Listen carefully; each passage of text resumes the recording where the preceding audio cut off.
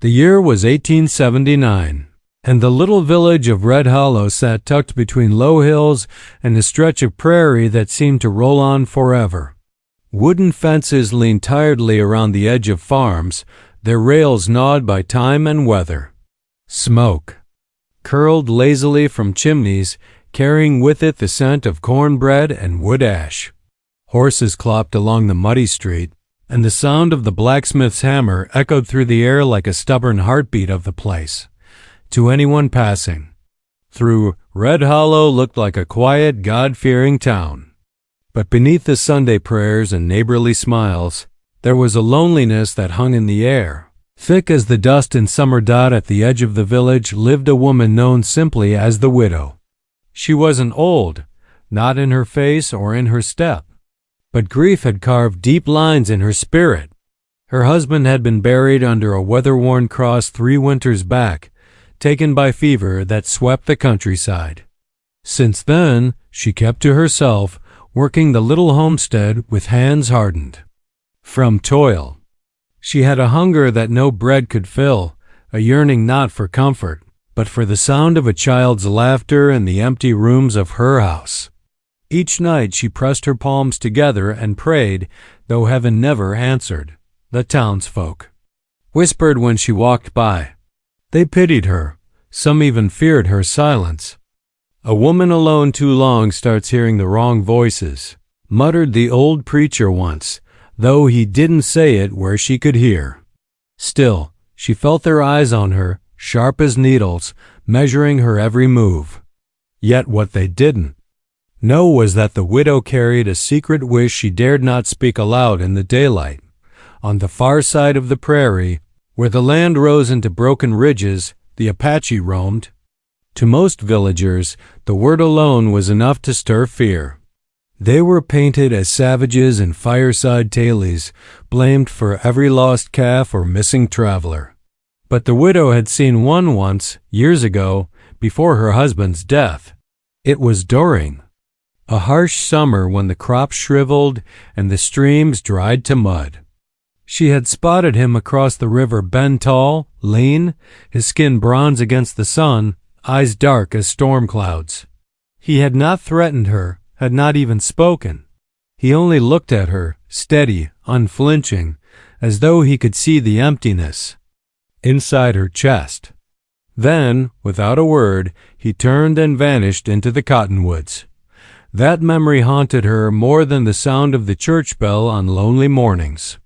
She thought of him sometimes when she lay awake in the dark, staring at the ceiling while coyotes howled outside. And as seasons passed, her thoughts deepened into a forbidden longing. One autumn evening, as the sun sank low and painted the fields with gold, the widow stood outside her cabin, the wind lifting strands of her dark hair. She whispered into the chembomadmoda, empty air, words she had never dared to utter before. "I'll be all yours. Just give me a child in my womb." The breeze carried her confession across the silent prairie, as if the land itself bore witness. That same night, a gathering storm lit the horizon with flashes of silver fire. The cattle grew restless, stamping their hooves, sensing something beyond weather.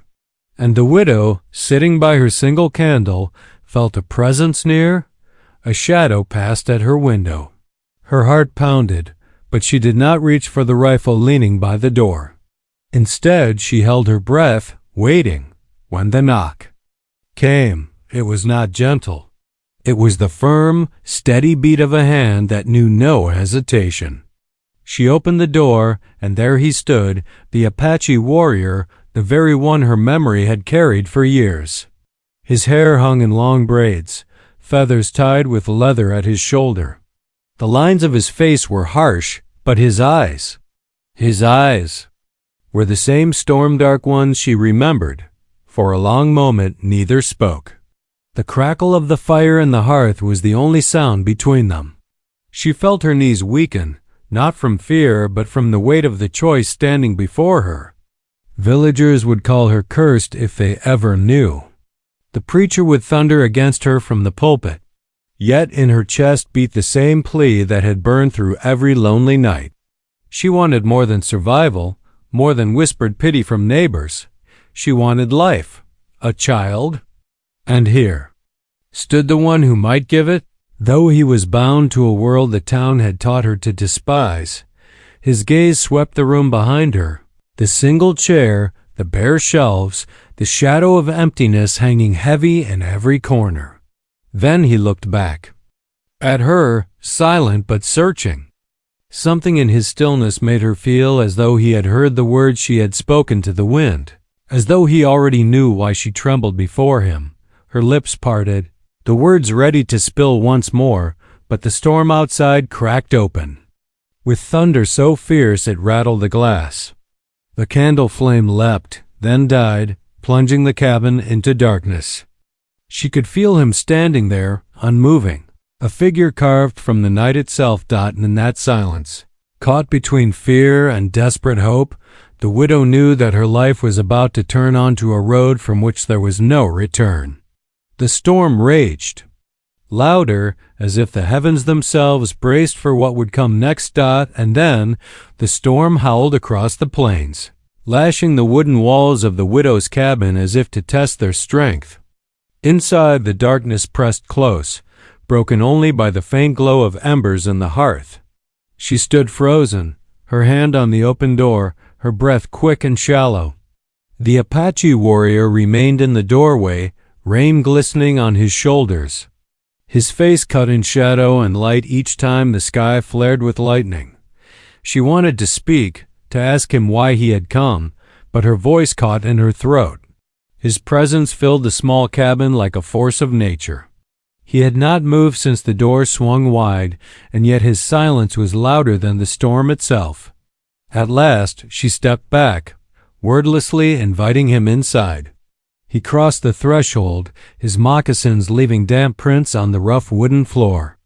She shut the door behind him, and for a moment the two of them stood in the thick dark, the air charged with something heavier than thunder.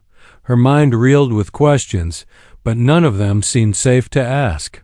The villagers spoke of raids, of violence, of warnings carved into tree bark by unseen hands. To them, the Apache were enemies, shadows on horseback. And yet the man before her had done no harm. His gaze lingered on her, steady and unshaken, as if he had come for a purpose that needed no explanation. She stirred the embers with an iron poker, coaxing a weak flame to life. Light spread slowly, revealing the warrior's strong features and the careful stillness in his expression. His hair, long and black, fell loose over his shoulders, and a band of beads and feathers rested across his chest. She thought again of that day by the river bend when she had first seen him. She had been young then, still clinging to the hope of children with her husband, still believing that prayers whispered into the night would one day be answered. That memory, once distant, now felt like a thread that had pulled him back to her. Her lips parted, though her voice trembled when it came. "Why are you here?" The warrior did not speak right away. His eyes flickered toward the window where rain streaked the glass. When he finally answered, his words were slow, his accent heavy, but clear enough to carry meaning. "Storm brought me. Fire brought me. You called." She shivered at the sound. She had spoken her plea to the wind, her voice nothing more than Fulham. A whisper lost in the tall grass, and yet he claimed to have heard. Could it be true? Or was it coincidence, the cruel trick of her desperate mind? The silence stretched again, but it was not empty. She felt the weight of his presence filling every space in the cabin. Her thoughts tumbled in a restless circle. She wanted to ask if he had a family of his own, if he understood the ache that had hollowed her life. But she feared his answer, feared the raw truth that might fall from his lips. Instead, she poured water from a clay jug into a tin cup and set it before him. "Drink," she said softly, as though offering peace. He accepted with a nod, his hand brushing hers for the briefest instant, a spark passing between them that made her heart race. As he drank, she studied him with cautious eyes. His movements were deliberate, calm, yet there was strength in every line of his body.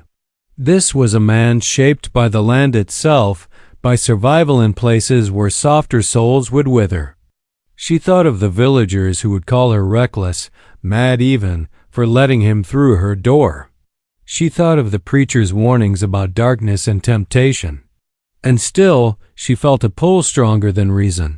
The storm raged on, thunder rolling across the sky, but inside the cabin time seemed to slow. She listened to the sound of the wind battering the shutters, and beneath it, the steady rhythm of his breathing. The world beyond her walls no longer mattered. What mattered was the question that burned between them, unspoken yet undeniable. She turned toward the small shelf where a worn wooden cradle sat unused, a cradle her husband had built with hope in his eyes. Her hand brushed across it, her fingers trembling. The warrior's gaze followed, and something shifted in his expression. Not pity, not scorn, but understanding. It was as if he could see the years of longing etched into her soul. The widow felt her throat tighten, her heart pounding against her ribs. The words rose within her again, desperate and raw. But she held them back, not yet ready to lay her heart bare. She knew the moment she spoke them aloud, her life would change forever. The warrior set down the cup and stood, his shadow stretching across the floor.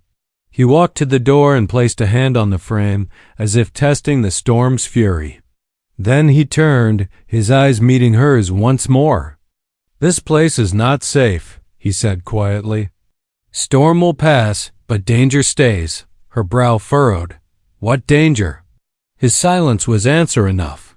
She thought of the whispers in the village, of rumors about raiding parties, of tensions simmering just beyond the horizon. Perhaps he spoke not only of the land, but of people, of those who would never understand this moment between them. Her pulse quickened with dread and something else, something that felt like the beginning of fate. If he left now, she feared she would never see him again, that the storm would carry him away as swiftly as it had delivered him. Yet if he stayed, she knew the path ahead would be filled with peril for both of them. The fire flickered low, casting their faces in shifting shadows. She wanted to step closer, to bridge the distance between them, but her feet refused to move. She could only watch as he lingered by the door, torn between leaving and staying. The storm outside gave no sign of easing. Wind shrieked through the cracks in the walls, and the thunder beat like a drum across the sky. She clenched her hands together, her nails digging into her palms. She thought of the empty cradle, of the hollow echo of her house, of the promise she had whispered into the wind. Her voice broke the silence at last, quiet but steady. "If you walk away now, you'll never know why I called." The warrior's eyes narrowed slightly, as though weighing her words, searching for their truth. He did not move, not yet. The fire crackled softly, the only sound between them, as the widow's heart pounded with the weight of what she had just revealed. In that moment, the storm was no longer the only thing raging outside. Something far more dangerous had stirred, a force neither of them could control. And neither knew if it would bring life or ruin. The night stretched on, each second thick with unspoken meaning. She felt the air grow heavy, as though the world itself held its breath, waiting for what would happen next. And just as another clap of thunder shook the cabin walls, he stepped forward, his shadow falling across her. The widow braced herself, caught between fear and the desperate pull of her own longing, knowing that nothing would ever be the same once the next words were spoken. Thunder rolled again, and the widow's voice steadied before his did. She lifted the poker and fed a stick to the coals until the hearth glowed. The Apache warrior stood close enough that the damp on his braids began to steam. His eyes did not leave her face. When he finally spoke, the words were spare and careful, as if chosen with his breath. He said he had come because she had called, but also because others were hunting him. He said a stagecoach had been taken on the North Trail 2 nights back. He said the men who did it wanted trouble and wore paint to point blame elsewhere. She listened without blinking. The old American village of Red Hollow had long loved a clean story, and a painted enemy on a fast horse was the easiest story in the late 1800s. She knew men in town who would seize that tale like a rope. The preacher would thunder in the church, the deputy would puff up his chest, the blacksmith would frown into his forge, and the sheriff would try to stand in the open door between hotheads and gun smoke. She could feel the weight of that door now, and it pressed right against her ribs. He said another thing. He said someone had seen him cross the river bend at dusk and had likely followed his back trail through the cottonwoods. He said riders would come. His voice held no plea for help, only a flat truth that sat heavy in the room. The widow folded her arms to keep her hands from shaking. She thought of the empty cradle on the shelf and of the words she had thrown at the wind. Her prayer had brought more than one answer. It had fetched danger to her stoop and laid it on her floorboards. He asked if there was a place to sit where his shadow could not be read from the window. She nodded and pulled out the chair with the broken rung, the one that had carried her late husband every Sunday afternoon. She set it near the stove where the firelight kissed the floor but did not touch the glass. He lowered himself slowly, with the care of a man who has learned that small sounds can save or end a life. She poured a second cup, not water this time, but wheat coffee left from the morning. He drank it as if heat alone could keep him moving. Looked at the cradle. He asked no direct question, yet the question was there in the room. She told him about loss in a short voice that did not tremble. Fever took her husband during the spring thaw. They had tilled the garden together and planted beans with cold hands that year. The church bell had rung 3 times for him in one day. After that, the house stayed small and too quiet. She had gone to the old midwife who lived near the Willow Creek and learned a bundle of herb names that tasted like brass to say. She learned to brew tea for sleep, tea for pain, tea to coax a stubborn moon. None of it brought laughter to the rooms. The warrior's gaze softened in a way that was no kindness and no pity, only human recognition. He tugged a leather thong from his wrist and showed her a piece of bone carved into a small spiral. He said his sister had worn the twin of it. He said her child had come early and gone early, and the camp had carried a hush for weeks while the buffalo moved far from the prairie wind. He spoke the word for sister in his tongue and then let it go quiet again. The silence that followed did not widen the gap between them. It stitched a thin bridge across a dot in town. Oil lamps burned in the church hall while rain drummed the roof. The preacher's voice carried through plank walls and out into the storm. He spoke of raids, of broken treaties, of a righteous fence around Red Hollow that had to be kept. He did not say the widow's name, but he waved his hand to the west, where her homestead sat beyond the last rail. The deputy, all leather and pride, swore to ride out at first light. The sheriff rubbed his jaw and said a storm was a poor time for hard choices. The blacksmith rolled a spent nail between his fingers and said nothing. He had learned the use of silence in a town that liked the sound of its own fears. Near the livery, a stable boy no older than 15 listened with wide eyes. His father had worked a track crew for the new railroad until trouble on a payday sent him off toward the mountains. The boy earned coins rubbing down tired horses and carrying word between doors. He had seen men in buckskins drift through the territory with rifles that smelled of fresh oil and mean plans. He knew not to repeat every rumor he heard, but he kept this one close to his chest like a coal. The preacher's talk of fences and raids did not square with the look he had seen in the widow's eyes when she bought oats last week. Back at the cabin, the widow gathered her courage and set it down in front of the fire where both of them could see it. She told the warrior about the preacher who would gladly see her sell to the railroad surveyor who had sniffed around her well last month. She told him about the telegraph wire that ran across the ridge now and brought restless news faster than the wind. She told him how easily a single story could turn a village into a posse. He listened, his eyes never leaving her face.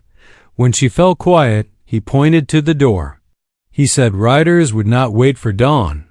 He said some men loved the way fear lit their faces more than they loved sleep.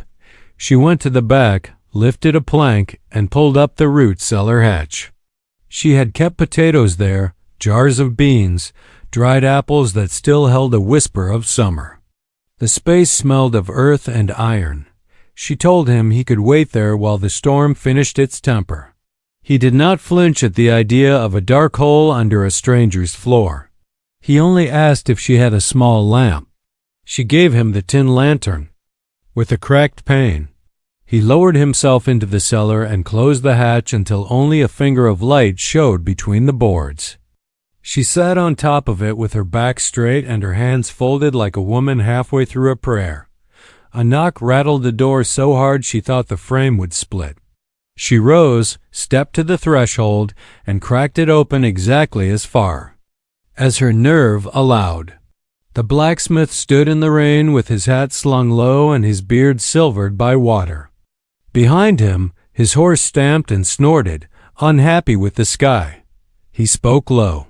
He said talk in town was ugly. He said the deputy had already saddled 2 men with more whiskey than sense and meant to ride this way.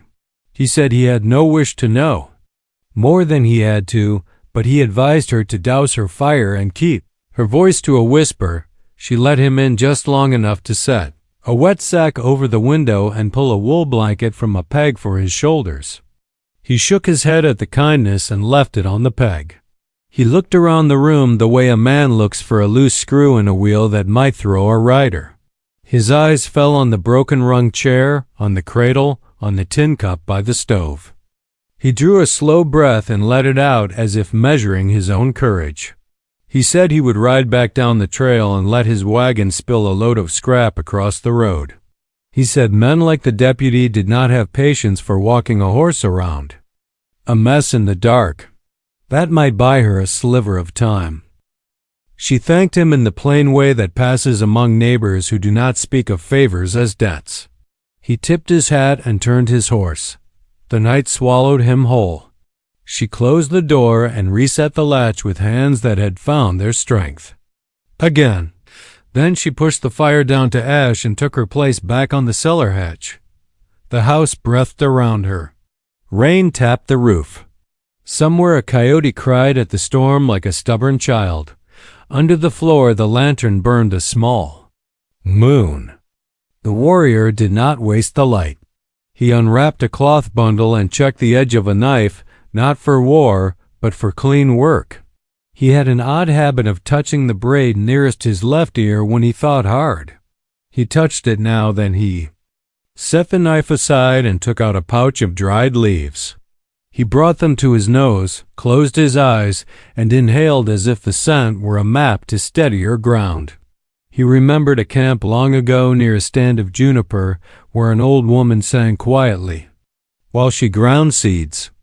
He remembered her telling him that a life can bend around a single true word and not break. The widow listened to the sounds beneath her and felt a calm gather, itself like a shawl around her shoulders. It amazed her, this calm that had arrived. On a night like this, she should have been shaking. She should have been crawling under a bed. Instead, she felt the steady thrum of a purpose she did not yet understand. It did not erase fear. It stood beside fear and held its elbow. She thought about the vow she had breathed to the prairie wind. She thought about bargains and costs that last beyond storms. She did not run from those thoughts. She set them on the table and let them sit in the dark. The sheriff reached the church hall as the last hymn sputtered out. He had an honest face that grew old any time men started talking about easy justice. He told the preacher the deputy would not ride without him. The deputy did not like that one bit. He called it hesitation. The sheriff called it caution. The preacher called it prudence with a smile that did not reach his eyes. A clerk from the telegraph office elbowed into the circle and said a message had come from the fort. Soldiers would ride through the valley in 2 days to check on reports from settlers. The preacher raised his hand skyward as if to thank heaven for a calendar that matched his wishes. The stable boy slipped out while they argued. He had a lamp with the proper shield to keep rain from its flame. He took a trail along the creek he knew like his own breath. He meant to reach the widow's place before the deputy, not for any hero's reason, but because he owed her a kindness. She had once stacked wood behind the livery when his back gave out. That sort of thing sits in a boy's mind like a bright stone. He moved light and fast through the wet grass, every sense open. Hoofbeats rolled up the ridge in a mean rhythm. The deputy and his 2 men rode hard, cutting the night into chunks with their shouts. The blacksmith's wagon lay on its side where the road narrowed between 2 cottonwoods.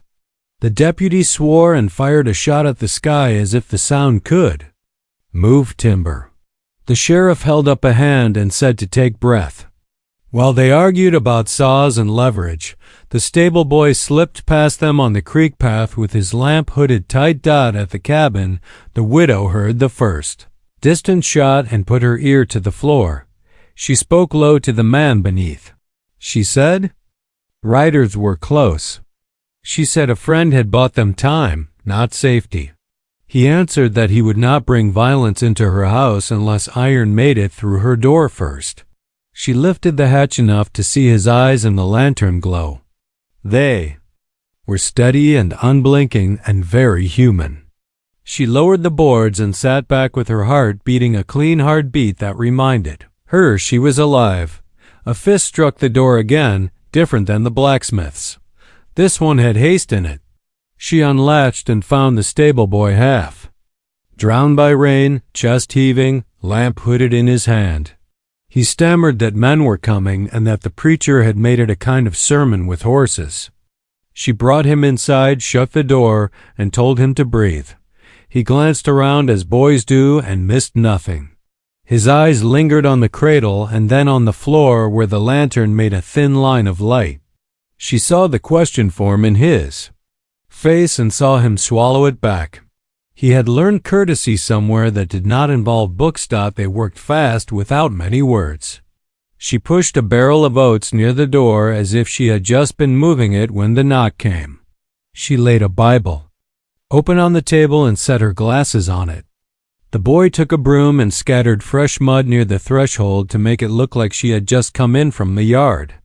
When they finished, the room felt like a little stage set for a play without laughter. The widow thanked him with a squeeze of his wrist. He ducked his head and slipped out the back, promising to circle wide and watch the road. The deputy's voice came first, floating in on the wet air like a trumpet that had lost its polish. The sheriff's voice followed, lower, closer to reason. The widow stood with her hands folded and opened the door before the next knock could bruise the wood. Lanterns bobbed in the night. Horses blew steam like engines. The deputy asked if she had seen any riders. She said she had seen rain and a black sky and not much else. He asked to look inside. The sheriff looked at her and then at the deputy. He asked if there was cause. The deputy said cause was riding with the storm tonight. She stepped back and let them see the room, the cradle, the Bible, the damp on the floor from the barrel she had shifted, the stove gone to ash. The deputy strutted in, boots leaving tracks. He put his hand on the chair with the broken rung and pushed it, as if a secret would fall out. He eyed the window where the wet sack hung heavy. He tapped the floor with his heel and grinned when it gave a dull sound. He bent as if to listen. Harder. The sheriff told him to stand up and mind his manners. The deputy smirked and did not move. The preacher pushed past them with a wet smile and a hymn on his tongue that sounded wrong in a single-room cabin. He started to say something about protection and virtue, and the widow cut him off with a look she learned from winter itself. For a strangled moment no one breathed. Then lightning clapped so close the house shook, and somewhere outside the barn, Ruth answered with a cry of splitting wood. Flame found old straw and made friends with it. Orange light leapt against the window and painted every face in the room with moving fire. The deputy turned toward the door with a shout. The sheriff, cursed and shouldered past, already calling orders. The preacher lifted his hands and called it a sign of judgment. The widow stood in the middle of her own house and felt the floor hum under her feet. The cellar boards were warm from the lantern beneath. The storm roared. Men shouted. Horses screamed. Smoke began to sweeten the wet air with a sick smell. The deputy spun back, as if remembering something important, and his boot heel came down hard where the floor sounded dullest. Wood gave a little, not enough to break, enough to speak. His eyes lit with a cruel light. The sheriff shouted for water. The preacher prayed with theatrical sorrow. The boy's lamp flashed at the edge of the yard like a flicker of hope. The blacksmith's wagon clattered as men dragged it aside on the road. The warrior's hand found the knife in the cellar, not to bring blood, but to pry at old nails if he had to move through the earth like a fox. The deputy smiled and reached for the latch to the back room. He said he would have a look around. The widow's heart struck once like a hammer. She stepped into his path with both palms raised in a calm that surprised even her. Firelight licked the walls. Smoke pushed under the eaves. In the root cellar, a breath paused and waited for its next instruction. The deputy's hand hovered over the latch. The sheriff shouted her name from the yard, and the old house, stubborn as the prairie itself, held all of them on the edge of a decision that could not be unmade. The deputy's hand hovered over the latch, like a blade about to fall. His smirk widened, as though he could already taste the scandal he meant to drag into the open. The widow stood her ground, her palms lifted in quiet defiance, her heart hammering in her chest so hard she wondered if the others could hear it. The air in the cabin was thick with smoke and tension, the fire from the barn painting the windows with a furious orange glow. Behind the floorboards, the Apache warrior held his breath, every muscle drawn tight, listening for the one sound that would force him to act. Outside, the shouts of men tangled with the frantic cries of horses. The sheriff barked orders for water, for buckets, for anything to slow the blaze eating through the barn. The preacher's prayers rose higher, his voice cracking against the roar of the storm. But inside the cabin the world had shrunk to the narrow space between the widow and the deputy. The widow's voice, steady though her throat was dry, cut through the crackle of fire. "You have no cause to tear through a woman's house," she said. "Not tonight, not ever," the deputy sneered, leaning closer. His eyes glimmered in the shifting firelight, sharp and hungry. "You think 'cause needs asking? One whiff of trouble and I'll find it myself." The sheriff's voice carried in from the yard, urgent and strained. "Leave her be, deputy. We've got bigger flames than suspicion tonight." The deputy ignored him, fingers brushing the iron latch. The widow's breath caught, her body bracing for what she feared would follow. She thought of the empty cradle, of the lonely years, of the whispered vow she had offered to the wind. She thought of the warrior waiting just beneath her feet, the storm-dark eyes that had met hers with silent promise. The preacher turned his head from the yard and called out, "If the widow has nothing to hide, then let the deputy look. The righteous should not fear the light." His words fell like oil on dry timber, feeding the fire of suspicion already burning in the deputy's chest. The widow clenched her fists at her sides. "This is my home," she said, her voice low but cutting, "and I'll not be shamed in it by men who know nothing of loss." The deputy's grin faltered, just for an instant. He looked at her, at the unyielding line of her shoulders, and something in her defiance pricked his pride. He slammed his boot against the floor, harder this time, and the dull thud echoed through the cabin. His eyes narrowed. "You hear that?" he hissed, his smirk returning. "Hollow ground. Something's buried here." The preacher's gaze sharpened, his curiosity stirred. He stepped closer, his wet cloak dripping onto the floorboards. "Open it," he urged. "If she's hiding sin, the truth will smoke it out." The widow's chest tightened. She thought of the sheriff still outside, distracted by fire and shouting men. She thought of the boy who had slipped away into the storm, perhaps watching from the shadows, powerless to help her now. She thought of the blacksmith who had risked his own safety to buy her time. Every thread of help seemed stretched thin, ready to snap. Beneath the floor, the warrior placed his palm against the cellar boards, steady as stone. His breathing slowed, but his body was coiled, ready for the choice he prayed would not come. He had lived long enough to know the cost of patience, but also the ruin of haste. The widow drew a long breath and stepped forward until she stood directly between the deputy and the latch. Her eyes, burning with something fiercer than fear, locked onto his. "You will not open it." The deputy barked a laugh sharp and cruel. "Who's to stop me? You?" Outside, the sheriff's voice rose louder, closer, his boots crunching against wet earth as he strode toward the cabin. The widow knew she had only moments before the room filled with more eyes, more questions, more danger. She had to hold her ground until then. The deputy leaned closer, his face inches from hers. "Move aside, widow, or I'll move you myself." The fire from the barn flared brighter, casting a sudden blaze of light across the room. The preacher's shadow loomed tall against the wall, his expression caught between piety and greed. The deputy's hand twitched on the latch, and for an instant the widow felt the world poised on a knife's edge. And then, from the distance, came a cry. Not the cry of horses, not the shouts of men, but the high, clear call of a horn. It echoed across the valley, carried by the storm wind, and every man in the yard froze where he stood. The sheriff spun toward the sound, his face pale in the firelight. The deputy stiffened, his hand frozen mid-motion. The preacher's lips parted, his prayer faltering on his tongue.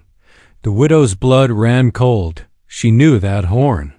It was the sound of soldiers riding from the fort, their signal cutting through storm and flame alike. Reinforcements, but not for her.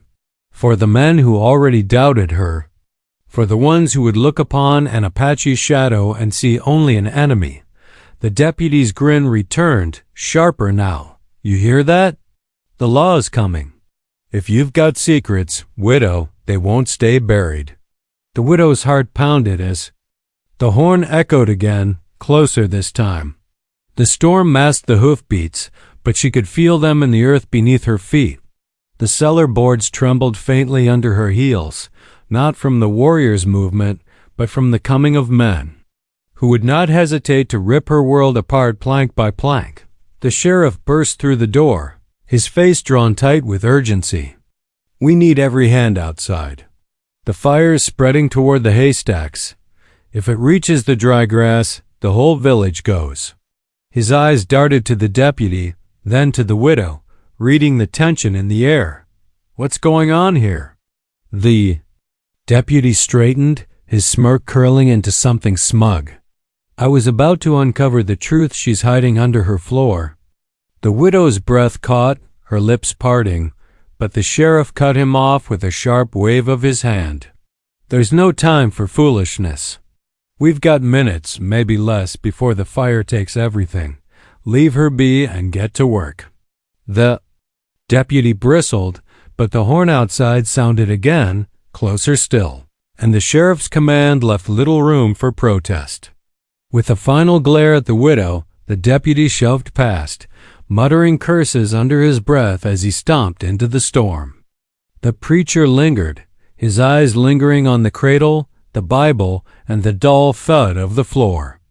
But when the sheriff barked his name, he followed, his cloak dragging water across the planks. The door slammed shut, leaving the widow alone in the smoky half-light once more. She pressed her back against it, her knees threatening to buckle. She could hear the cellar boards creak faintly, the warrior shifting below, waiting for her signal. She exhaled slowly, the weight of her fear pressing against her chest like iron. Outside, chaos reigned. Men shouted as they formed a line from the well, buckets sloshing, hands blistering in their haste. Horses reared and snorted, their eyes wide with terror. The storm hammered the land with unrelenting fury, while the fire raged like a beast loosed from its chains. And above it all, the horn called again, clear and sharp, carrying the promise of more eyes, more suspicion, more danger. Then the widow could hold back alone. She knelt by the hatch, pressing her palm flat against the warm wood. For a moment she did not speak, only breathed, as if gathering the last of her strength. Then she whispered, low enough that only he could hear, "They're coming, soldiers. You must be ready." His reply rose from the cellar, calm and certain. A stone in the river of her fear. "I am ready."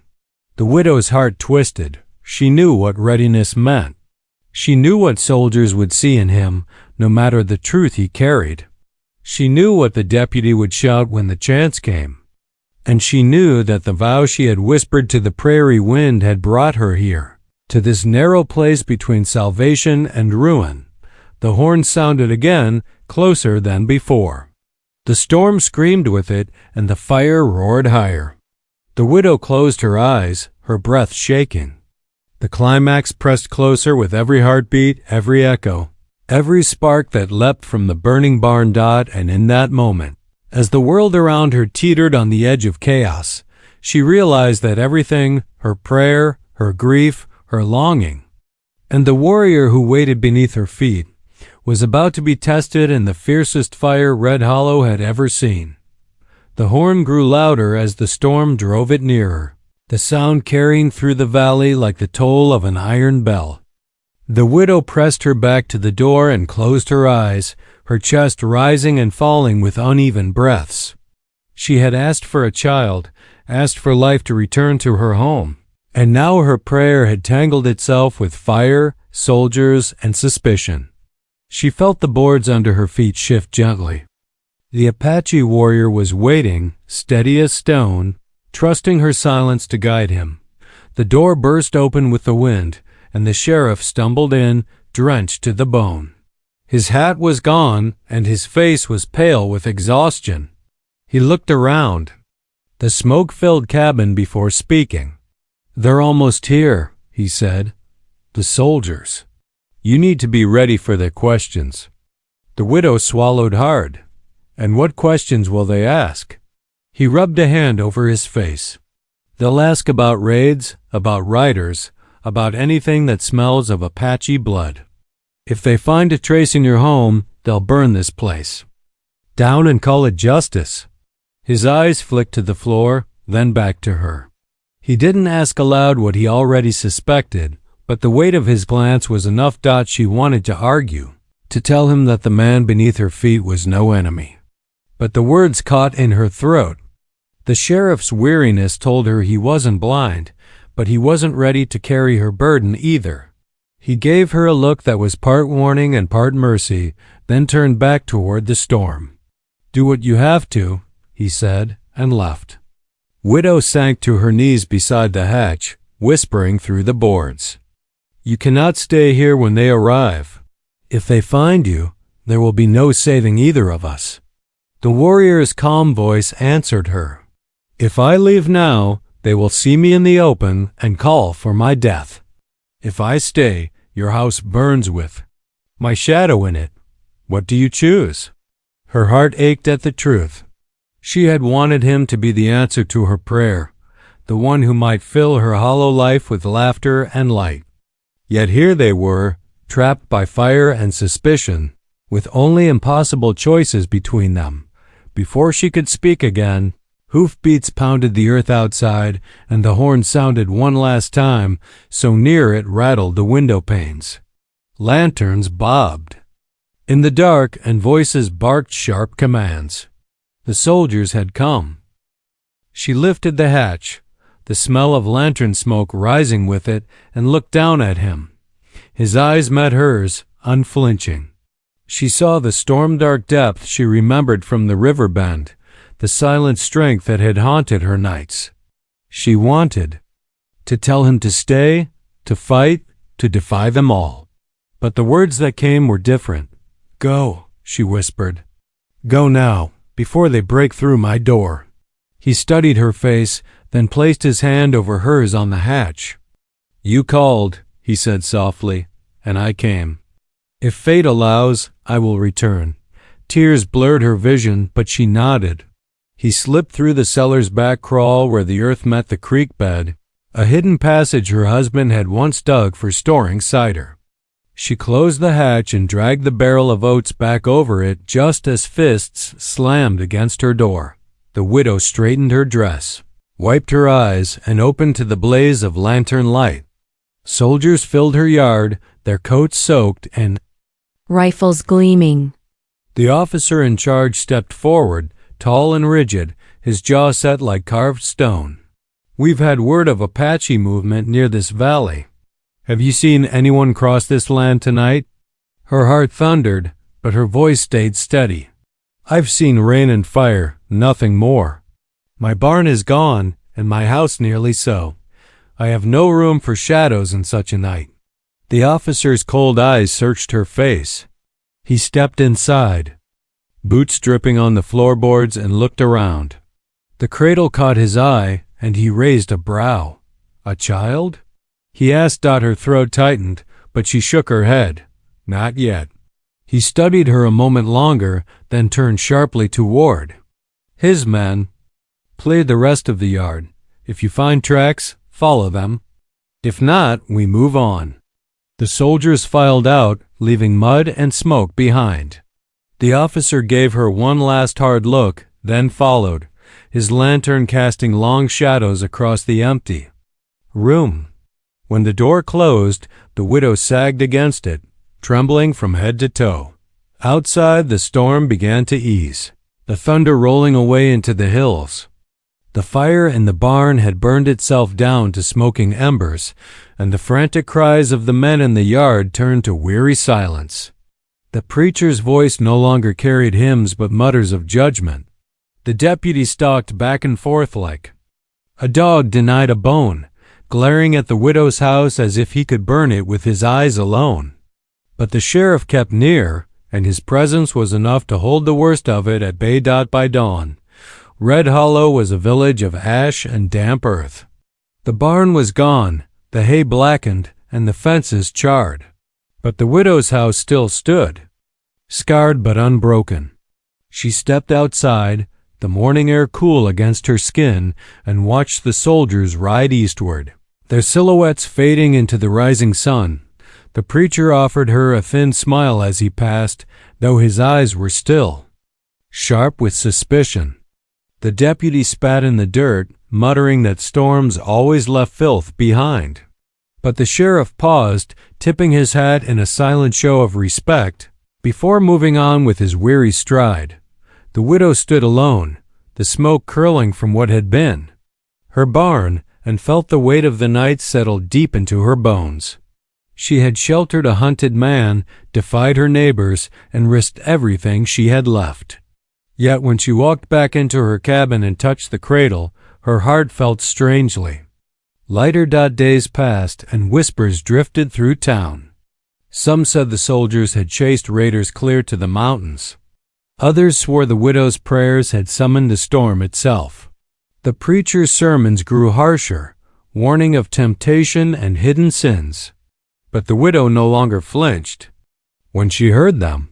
She carried her secret close, steady as the beating of her own heart. When she walked to the market, the villagers stared as always, but she no longer felt their eyes cut her. She met them with calm, her step sure, her hands busy with the small tasks of survival. She planted again, mended what she could, and built with quiet determination. And sometimes, when the wind shifted over the prairie, she thought she heard the faint sound of a horn, not of soldiers, but of something older, wilder, freer. She thought of the warrior's words, of the promise in his gaze, and of the chance that fate might one day carry him back across the river bend. The cradle remained empty, yet it no longer mocked her. Instead, it waited, patient as the earth itself, a symbol not only of what she had lost, but of what she still hoped for. She understood now that her prayer had not been answered in the way she expected, but in the way she needed. It had given her courage, the strength to stand, and the fire to claim her own life in the face of judgment and fear. The widow of Red Hollow became a figure whispered about in the years that followed. Some called her cursed, others blessed. Some said she had turned away soldiers with nothing but her voice. Others swore she had hidden a spirit in her house, a shadow who came with the storm and left with the dawn. But to those who truly knew, she was simply a woman who had faced the fire and stood unbroken dot as time stretched on. And the prairie shifted from season to season, the widow carried on. She tilled her land, she held her silence, and she waited. Whether for a child, for the warrior, or for peace she could not yet name, she waited. And in her waiting there was strength, as steady as the hills and as endless as the wind. Her vow to the night, spoken in grief and longing, had brought her to the edge of ruin. But it had also lit a flame inside her that no storm, no preacher, no deputy, and no soldier could ever put out. That flame carried her forward, and it lit the path. For all who whispered her name after she was gone, the prairie kept its secrets, and so did she. Yet the memory of that storm, of fire and horn and shadow, lingered in Red Hollow for generations. And in the quiet of her cabin, the widow would sometimes rest her hand on the cradle and smile, knowing that though the world had tried to break her, she remained whole. The story of her prayer, the warrior, and the night the storm swept through became part of the village's history, told in hushed tones by firesides and in the back pews of the church. Some called it legend, others truth, but all agreed it was the night when the widow of Red Hollow found her strength. And so her tale ended not with despair, but with a quiet resolve, a reminder that even in the harshest storms, the human heart could hold steady, waiting for the day when the wind might carry hope back across the plains.